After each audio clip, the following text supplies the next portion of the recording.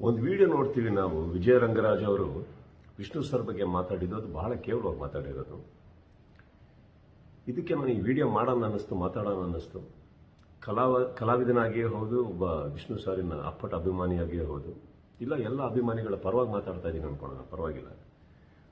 ವಿಜಯ ರಂಗರಾಜ್ ಅವರೇ, ಒಬ್ಬ ವ್ಯಕ್ತಿ ಬಗ್ಗೆ ನೀವು ಏನು ಮಾತಾಡಬೇಕೋ ನಿಮಗೆ ಬಿಟ್ಟಿರೋದು. ಬಟ್ ಆ ವ್ಯಕ್ತಿ ಬದುಕಿರ್ಬೇಕಾದ್ರೆ ಮಾತಾಡೋದ್ರಲ್ಲಿ ಒಂಚೂರು ಗಂಡಸ್ಥಾನ ಇರುತ್ತೆ ಅನ್ನೋ ನಂಬಿಕೆ ನಂದು.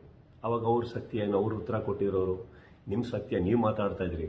ಆದರೆ ಇವತ್ತು ಆ ವ್ಯಕ್ತಿ ಇಲ್ಲಿಲ್ಲ ನಮ್ಮ ಮಧ್ಯದಲ್ಲಿ ಅಂದಾಗ, ಎಷ್ಟೋ ಕೋಟಿ ಕೋಟಿ ಜನಗಳಿಗೆ ಆರಾಧ್ಯ ದೈವ ಆಗಿರೋ ವಿಷ್ಣು ಸರ್ ಬಗ್ಗೆ ನೀವು ಈ ಥರ ಹೇಳಿಕೆ ಅವ್ರು ಇಲ್ಲದೇ ಇರುವಾಗ ಕೊಡೋದು ಬಹಳ ದೊಡ್ಡ ತಪ್ಪು.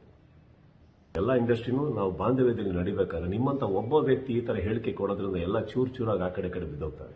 ಕನ್ನಡ ಚಿತ್ರರಂಗದಿಂದ ಇನ್ನೊಂದು ಹೇಳಬೇಕು ಅಂತಂದ್ರೆ, ನಾವು ಬೇರೆ ಇಂಡಸ್ಟ್ರಿ ಅಂತ ಅನ್ಕೊಂಡೇ ಇಲ್ಲ. ಎಲ್ಲ ಹಿರಿಯರಿಗೂ ನಾವು ಗೌರವ ಕೊಡೋ ಟೈಮಲ್ಲಿ, ನಿಮ್ಮ ಇಂಡಸ್ಟ್ರಿಯಲ್ಲೂ ನಾವು ಎಲ್ಲರಿಗೂ ಗೌರವ ಕೊಟ್ಟು ಪ್ರೀತಿ ಕೊಡೋ ಟೈಮಲ್ಲಿ ನೀವು ನಮ್ಮ ಒಬ್ಬರ ಹಿರಿಯ ಕಲಾವಿದರಿಗೆ ಈ ಥರ ಅವಮಾನವಾಗಿ ಮಾತಾಡೋದು, ನನ್ನ ಪ್ರಕಾರ ನಿಮ್ಮ ಇಂಡಸ್ಟ್ರಿಯಲ್ಲೇ ಯಾರು ಇದನ್ನು ಒಪ್ಪಲ್ಲ.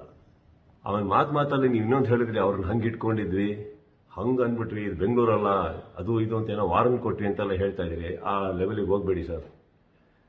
ಅವ್ರು ಇವತ್ತು ಇಲ್ದಲೇ ಇರ್ಬೋದು, ಎಲ್ಲರೂ ಇದ್ದೀವಿ ನಾವು. ಆ ಲೆವೆಲಿಗೆ ಹೋಗೋದು ಬೇಡ. ಯಾಕಂತಂದ್ರೆ ಇಂಡಸ್ಟ್ರಿ ಇವತ್ತು ಎಲ್ಲರೂ ಚೆನ್ನಾಗಿದ್ದೀವಿ, ನಿಮ್ಮೊಬ್ಬರಿಂದ ಮತ್ತೆ ಹಾಳಾಗೋದು ಬೇಡ. ಆ್ಯಂಡ್ ವಾರ್ನಿಂಗಿಗೆಲ್ಲ ಎಳಿಬೇಡಿ.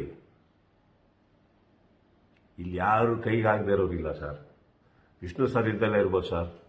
ಕೋಟಿ ಕೋಟಿ ಕೋಟಿ ಮಕ್ಕಳನ್ನ ಬಿಟ್ಟೋಗಿದ್ದಾರೆ, ಎಲ್ಲರನ್ನೂ ಬಿಟ್ಟೋಗಿದ್ದಾರೆ. ಎಲ್ಲರೂ ಇದ್ದೀವಿ ನಾವು. ವಾರ್ನಿಂಗ್ ಬೇಡಿ. ಆ ಮಾತು ನೀವೇನು ಮಾತಾಡಿದ್ರಿ ಅದನ್ನು ವಾಪಸ್ ತಗೊಳ್ಳಿ ದಯವಿಟ್ಟು.